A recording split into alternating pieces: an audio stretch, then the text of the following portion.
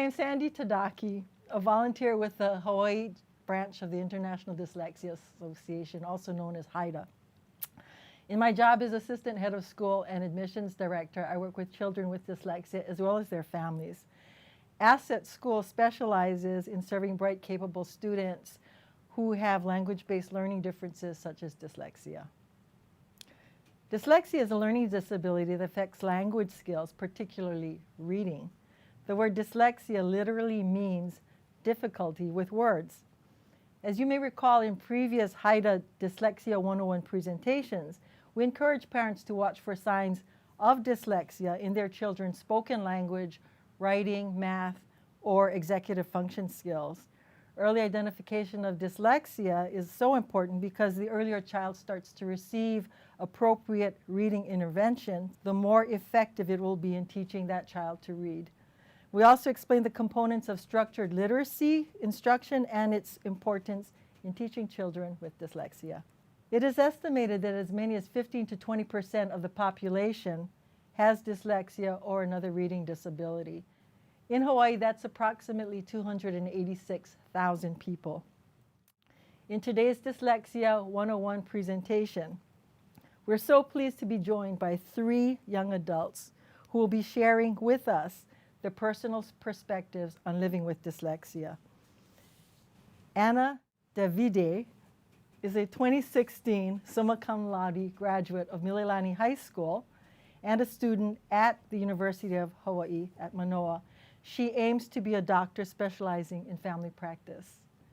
Cole Brower is a UH Manoa graduate who is a massage therapist and aspires to be a professor in anatomy and physiology.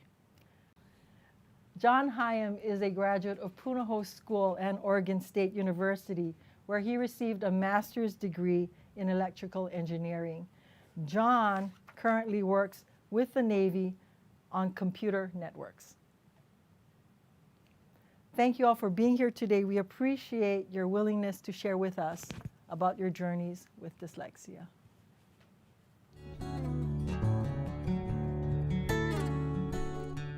Let's start with this question. At what age or grade did you understand and internalize or accept that you have dyslexia? Let's start with you, Anna. I first was diagnosed with dyslexia at Asset School. I was a student there, and I was either in the 7th or 8th grade when that happened. However, it only took me until my senior year of high school at Mililani High School that I started to internalize and realize that much of my difficulties was with dyslexia. Oh, thank you. Cole? I was diagnosed when I was in the 4th grade. I kind of understood that there was something different about me, and I believe my mother did too. So she fought a lot to try and get testing, because testing is very expensive. I was born and raised in New York, and it was extremely expensive. So when I didn't really accept after I got the testing that something was different about me until you get into more difficult grades. So I think it was around 7th or 8th grade when I started having more difficulty, and it kind of felt like the playing field was not as level for me versus other people. Okay. And you? I was first diagnosed in 3rd grade, and I started to get some specialized tutoring for dyslexia, but similar to Anne and Cole, I didn't really understand what dyslexia meant until probably around middle school, when you start to get, I guess, more academic, and 5th and 6th grade you don't have that many difficult tests, and it becomes increasingly noticeable, and you also, I think, become more intelligent and understand what it was. Like in 3rd grade, if you'd asked me to define dyslexia, I wouldn't have been able to. Right. It sounds like maturity played a factor in you coming to terms with the diagnosis. Like you said, it wasn't until you're in high school, similarly with you in middle school, when the work level started to become more challenging, that It's like, oh, I guess it is because I have dyslexia? Would that be the tipping point for you? Mhm. Yes. Yeah. Okay, so interesting. Okay. It was a gradual realization for myself. Did any of you use accommodations while you're in school? I used a little bit. They put me, when I was a child, they started putting me into these courses where instead of doing library, you go to typing, because back in the day they thought, oh, maybe you have an issue with your writing and spelling, so we'll put you in typing classes and so that you'll be able to use a computer. That was nice, but it was so secluded from the public, or I guess from your peers in school, that that was a great part of me trying to figure out why I was so different when everyone got to go to library and, read books, and I was kind of escorted out. And so that didn't really work I can type very well now, but that didn't really help, I think, in trying to get me balanced with the rest of my peers. So for Anna and John, would you say that until you came to that acceptance of your dyslexia, did you use accommodations like extended time or audiobooks or a scribe to do writing or any of those other options? I was very hesitant to use a lot of accommodations. I remember and almost sort of being forced to by not being able to keep up when you got more specialized stuff. But it almost felt, and we talked a little bit about this before, but it almost felt unfair, even from my perspective, that I was getting some special accommodation that other people weren't. But in reality, it's just leveling the playing field. Right. And so I think dyslexics can feel that as well. Different, otherized. Yeah, well, and that you're being given an unfair benefit. Not even that it is unfair to you, it is, but that, like, why should I get more time than everyone else, or why should I get to use, these note-taking services? Well, there are a lot of, I get this comment a lot, oh, I'm dyslexic, oh, I'm just dyslexic today. I get that comment all the time. And so I think there's a lot of people that don't really believe that you deserve it, even though you need that extra time. I've tried not to have it, and it's not very easy. You mentioned how in college all the people who cheated at engineering school didn't cheat because they had extra time. They cheated in other ways. Yeah. And that even if you have extra time, if you don't know it, you're not going to know it with the extra time. But for myself, I was manifesting symptoms of dyslexia since the 3rd grade. I had a high school reading level at the 3rd grade, but I would consistently get 33% on spelling tests. But I was diagnosed with ADHD. It wasn't until Asset School that I received any accommodations. But then when I went into the public school system, I received no accommodations whatsoever, and only the residual benefits that I had with having all my standardized testing, where I was allowed with College Board to have accommodations, which included extended time. But my difficulty with dyslexia came out with my auditory problems with dyslexia. Well, my question for you, Anna, then, is did you not ask for accommodations when you went to the public school? I did. I did. However, I graduated summa cum laude, so I graduated as one of the 56 valedictorians without accommodations. But the stress of that, where along with being dyslexic and ADHD, it also brings you also have anxiety symptoms. And so it was very unhealthy for me because of the amount of effort I had to put in to be successful. I felt like I had to prove that I was smart despite having all of these difficulties. And so I proved that through my academics. That's quite an accomplishment to have attained such a high level of accomplishment with the struggles that you encountered. Thank you.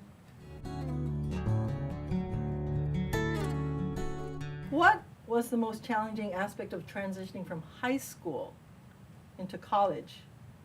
And how did you overcome or circumvent or address head-on those challenges? I think it was, for me in high school, it was extremely difficult to, maybe I wasn't as mature when I was in high school. I took the accommodations that were given to me, specifically the ones that I took for the SATs. And I think maybe because I had been brought up with this ideal that I was never going to be as good. I have a twin sister, and she was the valedictorian of our high school. And so I always had this ideal that I was never going to be that. I was always going to be an athlete or an artist or something, but never an academic.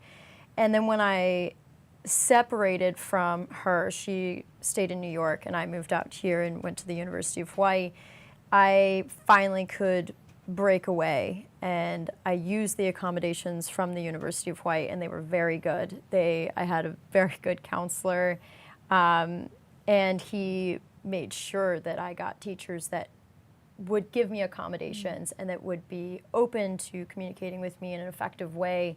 And I really appreciated that counselor.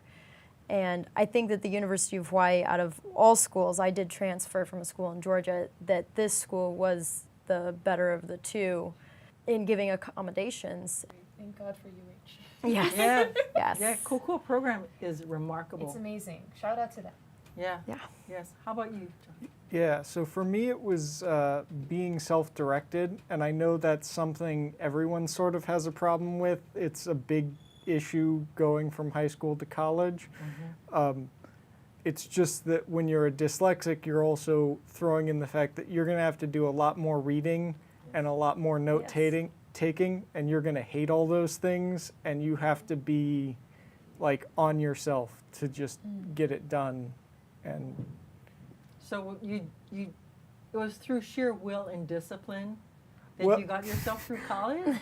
well, I did perhaps less well than I should have. I didn't go through it flawlessly. I certainly struggled with it. And you know, there were assignments that didn't get done or tests that I did not properly prepare for. But I passed. So And went on to get a master's degree, Yeah. I might add. yeah. So did you not ask for accommodations, Oh. or this was with the accommodations? Yeah, so I did ask for accommodations. I by the time I was in high school, it was only in middle school that I was very reluctant to get accommodations. I see. And so after I came to realize it wasn't cheating, they were accommodations. And so by the time I was in high school, I didn't have any problems with it. And so in both college and graduate school, I used accommodations. The primary ones were extended time and note-taking services, which the note-taking I didn't use very often because most of the professors in engineering school, or at least both of the schools I went to, would just post their notes online. Oh, So it was not, everyone kind of had access to it. right. Dyslexia affects me a lot in my personal life, but in school, it's again auditory. So the transition from high school, where I had no accommodations, to college, where UH provided me with accommodations, it was helpful, but the learning style changed from a lecture-based, or to a lecture-based style, in where I can't hear something and write notes down at the same time. There's only one processing pathway at a given moment. And so I thought I could make it on my own without accommodations beyond extended time, but it came to a point in college where I started to ask for note-taking because that was something that I really needed. And I learned that it's not cheating, it is accommodations to get to the same place where you can be with, alongside with your peers. And so that's what I used in college. Just out of curiosity, did anybody use audiobooks? Learning Ally, Yes. Bookshare? All the time. I joined debate for a point in time during college, and that's very intensive with having to give lectures or to give speeches and to take notes and researching outside of school. And instead of reading the newspaper, because it was so difficult to me to process the reading, I actually had I still have a healthy diet of podcasts and listening to the news Good. daily. That's great. Well, so many devices now have text-to-speech Yeah. that you can just activate, or speech-to-text, so you can dictate, right? So And- that helps things a lot. Yeah, because I kind of skated through undergrad where I would, because so much of engineering is math, you can open the book and look at the equations, and if you kind of follow what the equations are saying, you don't really need to read, like you have to read like 5% of the book. And so that's what I did for most of my engineering books. But then when I actually got into graduate school, where you had to do more independent work, and you had to, pull scientific papers on subjects and read multiple papers, and they're pretty dense papers, that's when I really had to get into the text-to-speech stuff. Oh, good. And it was, I would advise dyslexics against doing that. I would advise them to get into it as soon as they can, because Oh, I see. yeah, because for me, it was only after I was forced to do it. And I imagine like absorbing information in any way, you kind of have to learn how to do it. Yes. So there's a learning curve. And if it's like, I have to finish this by Friday, and I also, it's not an ideal. Right. Yeah, so teaching from a very young age was really helpful. Yeah. What people forget, though, is when you dictate, you still have to organize your ideas. It's not that you just go straight into I it. had a point in that. Text-to-speech is how I write my papers. My process is that I will word vomit everything that I'm thinking about my essay on my voice recorder, Yes. and then I will listen to it and paraphrase myself via text-to-speech. And that's how I make the first draft of a lot of my papers. So there's a lot of resources for dyslexics out there, Yes. and even for non-dyslexics. We know that UH Manoa has a great program for support services. At your undergraduate program, was that like no problem? Yeah, so it is covered under the Americans It with is? Disability Act. So when you get into college, there will be, so I have the comparison of RPI, which is in upstate New York, and Oregon State. And RPI did it, I can't complain at all, they were very accommodating. PI is. Rensselaer Polytechnic. And so they had various accommodations, text-to-speech stuff, and for the test taking, that was a little unfortunate because I would meet up with the professor, and either the hour before or the hour after the class, I would just sit in their office and take the extended time there, and then like at the class, I would just hand it in to them, and they would put it in another pile discreetly. And Oregon State, which I think UH does this, has a whole testing center for a variety of, it's people with dyslexics who have extended time, and also a variety of other, I think sometimes they have people who have to be able to read the test questions out loud, and so they can set up the accommodations you need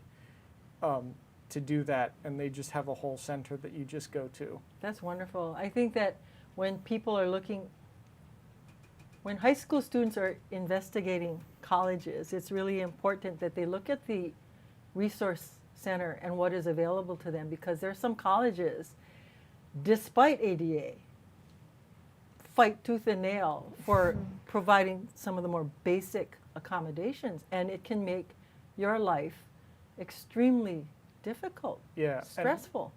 and because the ADA only mandates reasonable accommodations, and that can be nebulous. That's such a subjective Very definition. It is extremely vague, and that makes it really, really difficult. And some people will say, well, accommodations, you just need to try harder. It's like, Yeah.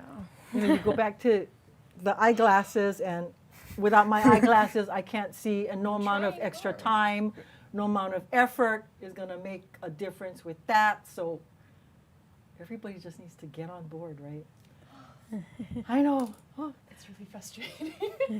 it is, it can be, but you're here to help inform other people, and I think that's a wonderful gift that you're offering the audience here. So thank you. This may be a superfluous question, but did you find college easier than high school, and why? I didn't try in high school, so I don't remember whether or not I can't really compare it. But I think college, because I was dyslexic, the college way that it's laid out was a lot more accommodating, even if you didn't have the accommodations. You got to choose which classes that you were passionate in. You got to be a part of programs that you were interested in. If you wanted to be an athlete, you could be an athlete. If you wanted to be, anything, they kind of laid it out as, this is what you need as your foundations. You need English, history, religion, whatever. But when it comes down to it and you get into your majors classes, that's when you get to choose, I want to do this major or this or this. But when you're in high school and you're doing the very typical science, math, literature, global history, you kind of get put into these standards like, are you the top 10% or the lowest 10%, or are you somewhere in the middle? And when you're somewhere in the middle, you get forgotten, because the bottom percentage in high school always gets, they want to help those kids, move them up. I went to a public school.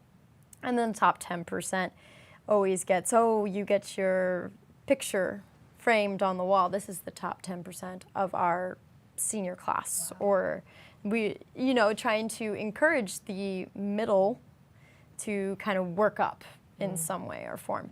But when there's no way that you can see that, or you can't see that happening in the future anytime soon, it's really disheartening, because you don't really feel like you could ever get there. But in college, there is no, hey, this is our top 10%. I mean, other than when you get on the dean's list, they don't post that. But that's something that that's an intrinsic award that you win for yourself.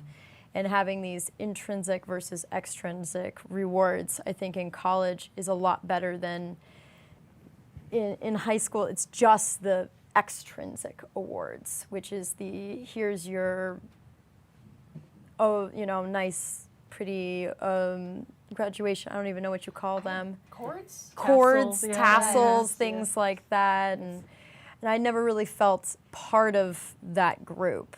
And I think in college, you're not part of any one group. You are part of every group that you want to be a part of. So freedom. Freedom, exactly. Wonderful. College, if I can. I can't read my own handwriting very well. When I try, it makes me dizzy.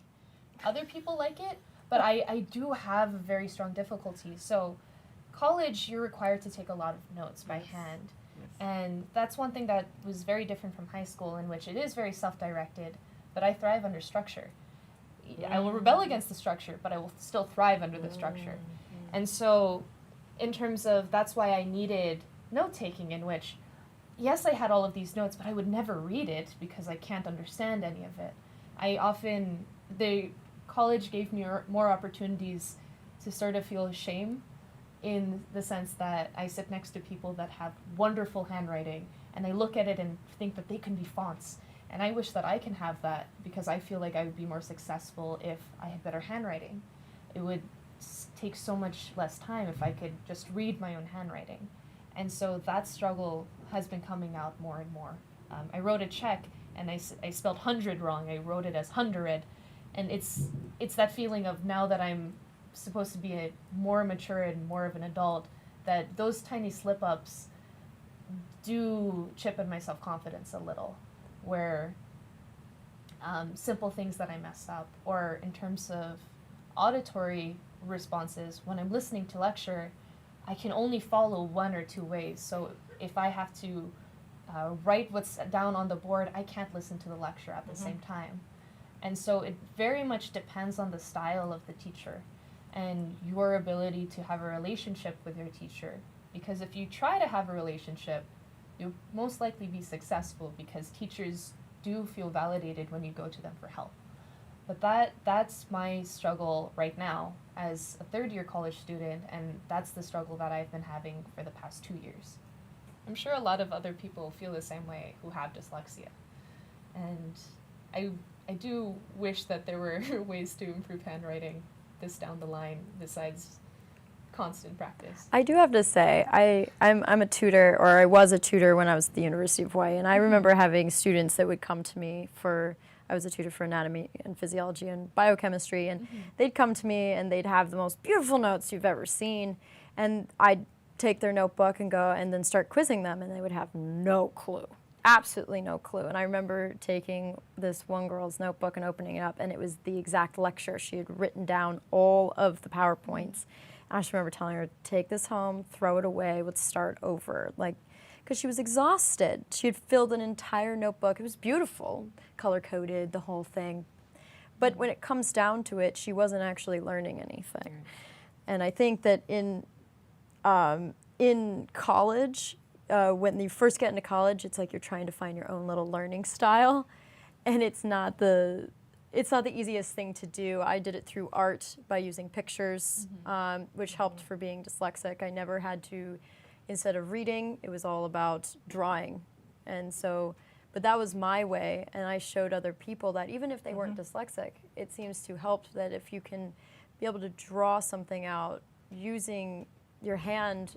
I always found that if you, especially you want to be a doctor one day, shorthand, if you can get a shorthand down, no one else will be able to understand it. But if you can understand it, that's how you can get through faster. Where were you 2 years ago? I know. That's very helpful.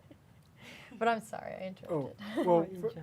Well, for me, I agree with Cole, and it was generally easier for me, I thought, college, because you got more specialized, and so what I was always bad at in high school was language, English and foreign language. RPI didn't have a language department, and I had to take one communications class, which was speech communications. So I didn't, I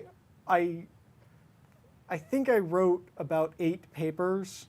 I could, that might be wrong, but I think in my 4 years of college, I wrote maybe 2 papers a year. And so for me, that was a great environment because it meant I got to focus on the stuff I really liked. And not that there weren't still difficulties, but when you're focusing on the stuff you really like, particularly in elementary school and middle school, I think dyslexic kids, or I certainly felt that I got a little defeated because you're spending 95% of your time doing stuff that dyslexics are terrible at. Yes. And then in the reality, in life and at the higher levels, those are always going to be a part, but you're going to be spending much less of your time doing that. And you bring up an excellent point, and that is children who have dyslexia, oftentimes the spotlight gets shown on hot and bright on their area of weakness. And so much time and energy gets focused on needing to address that. And it sacrifices the student's strengths and interests. You know, you can't go to baseball anymore because you got to do your homework, or you got to go to tutoring. And the things that brought joy in the child's life just kind of withers away, such that the student's identity is just wrapped up in this dyslexia, which is hard. My whole life is just hard.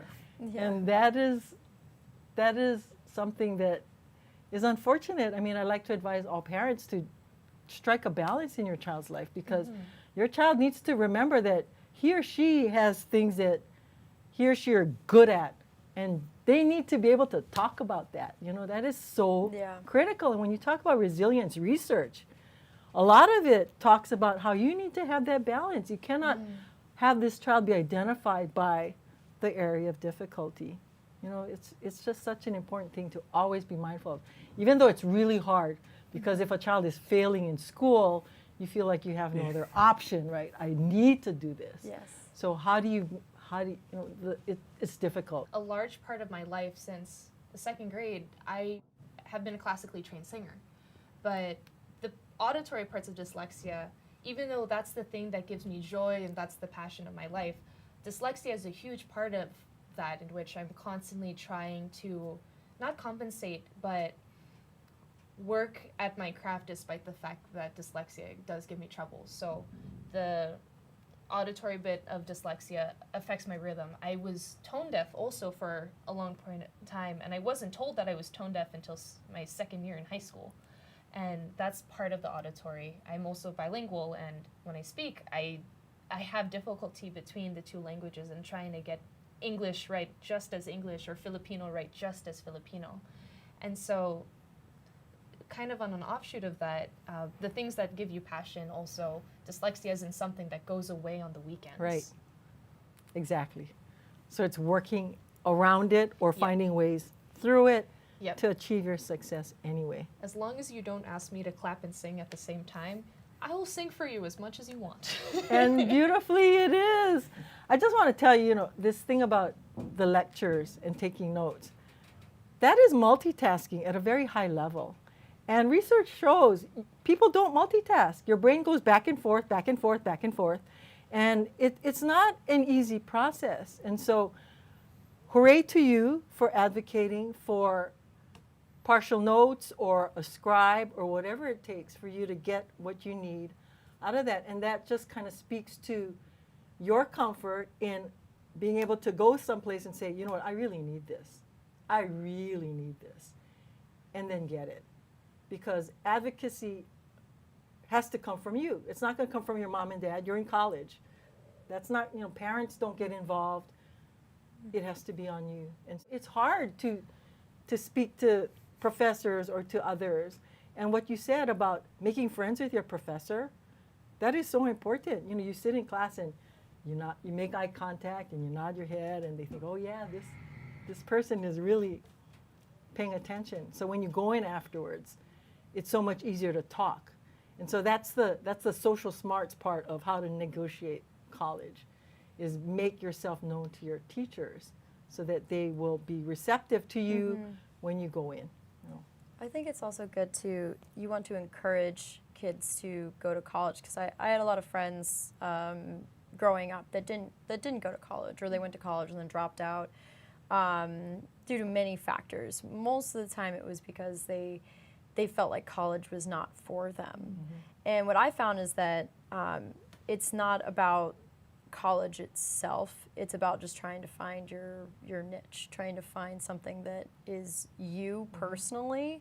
And for me, it's sailing. That if I hadn't have been on the University of Hawaii sailing team and then sailed offshore races, inshore races, I wouldn't have been doing as hard classes. Because then it kind of pushed me to, okay, well, if I want to stay in Hawaii, I'm going to I'm going to have to do really well in school.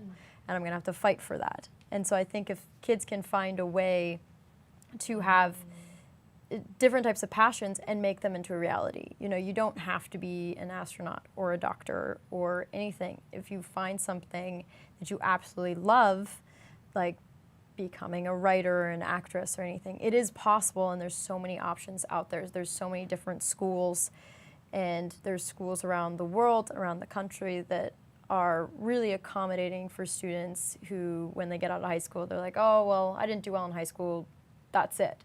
But when it comes down to it, trade schools, Yes. going to school for an actual trade. I went to massage therapy school when I got out of school, and I love it. I can make money doing something that I love, and I love working with people and clients, and that's the beauty of it. It's not about just at the end of high school, it's done. Oh, I didn't do well in high school. I was a C, D, B student even, and you feel like there's nothing left or you can't go anywhere.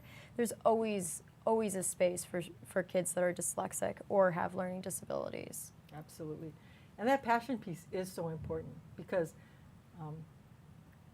these really successful individuals with dyslexia, what got them really reading was there was something they desperately wanted to know about this topic that they were so passionate about.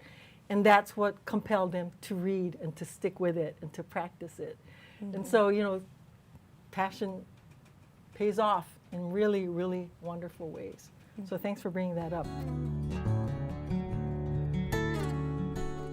What message would you like to share with younger students with dyslexia? Or what would you say to your younger self? Who would like to take this on first? I can go first. Okay. So part of it is what I was saying earlier of don't get discouraged. I think that's always an important note, and have an eye for the long term and don't get caught up with the struggles. But also you need to learn how to learn.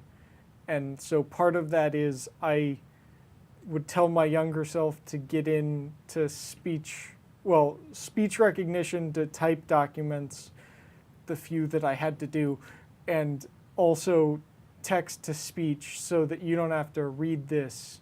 You can assimilate information, or you can learn stuff without having to read so much. Yes. Great. I understand that completely. I think when it comes down to it, I think now I can look back and I've loved the way that I've studied.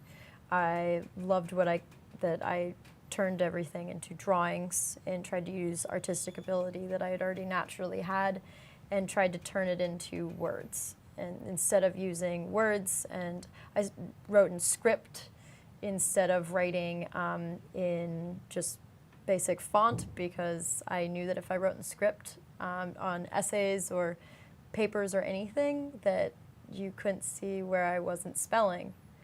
I could miss letters and it would be fine. So I taught myself script when I was in my senior year of high school so that I could get through college easier. So I would never go back and change any of my study things. I would just say to take criticism better, I think, would be the only thing that I would tell my childhood self, because even now people, you know, they'll laugh at me. I'll say the wrong word, like instead of prerogative, I'll say provocative. Something so simple, but it's a very different word, and you'll get someone that laughs at you, and it hurts. And I think at a younger age, I wish that I could have told myself it's okay to make these mistakes, and it's fine, because when you get older and you're more mature, these mistakes no one thinks of them. No one looks at you and just goes, you're that one mistake. You know, that you just can learn how to brush it off and move forward. But when you're a kid, that one mistake can ruin your whole day when someone laughs at you and says, oh no, you're stupid, or you don't know anything or anything. But I think looking back, that would be the only thing that I would tell myself, is just handle criticism of my language barriers a little bit easier. How about you, Anna? What I would say to my younger self, especially because I realized what dyslexia was so later on in that journey as a youth, is to know what is you, what is part of your true personality, and the things that are symptoms of whatever diagnosis you have, whether it's dyslexia, ADHD, the things that are also that come along with it, which may it be anxiety or depression. Know what parts of those symptoms that you express and be able to differentiate it. And I say that because what made it easier for me is that I built my own community of friends and peers and Hanai family who over the years I would tell them, this is the things that I experience as an individual with X, Y, or Z. And so that they can help me and I can help myself differentiate between the things that are actually how I am as a person. Because oftentimes as someone that has these type of things, you think, oh, my life would be so much better if I didn't have the difficulties that I do. However, turning it on its head, I try to ask myself, what are the things that I like about being ADHD? Or what are the things that I like about being dyslexic? Because oftentimes you see what are the difficulties in having those things. And what I would say to my younger self is to really cherish that you are different in those ways, that your mind is wired a little off, or maybe a little odd, and have a joy in that, because even though there's symptoms that give you trouble, it's what makes you you, and that uniqueness is what's important. Well said. Great advice. I'd like to add my 2 cents, and that is for kids to know that they're not alone. 15 to 20% of the population struggle with some language-based issue. And it's not apparent when you're sitting in class and you're struggling with reading. You don't know who else is. And have faith. There seem to be in the most resilient individuals somebody in their life who believed in them and supported them and helped them to get through. And, look for those people in your life. I thank you all for being so generous and very courageous for sharing your stories, because you shared really intimate parts of yourself and about your journey, and we have learned so much. Please contact Haida if you have any questions about dyslexia, or if you'd like to be a part of Haida's mission to help individuals with dyslexia in Hawaii. Mahalo.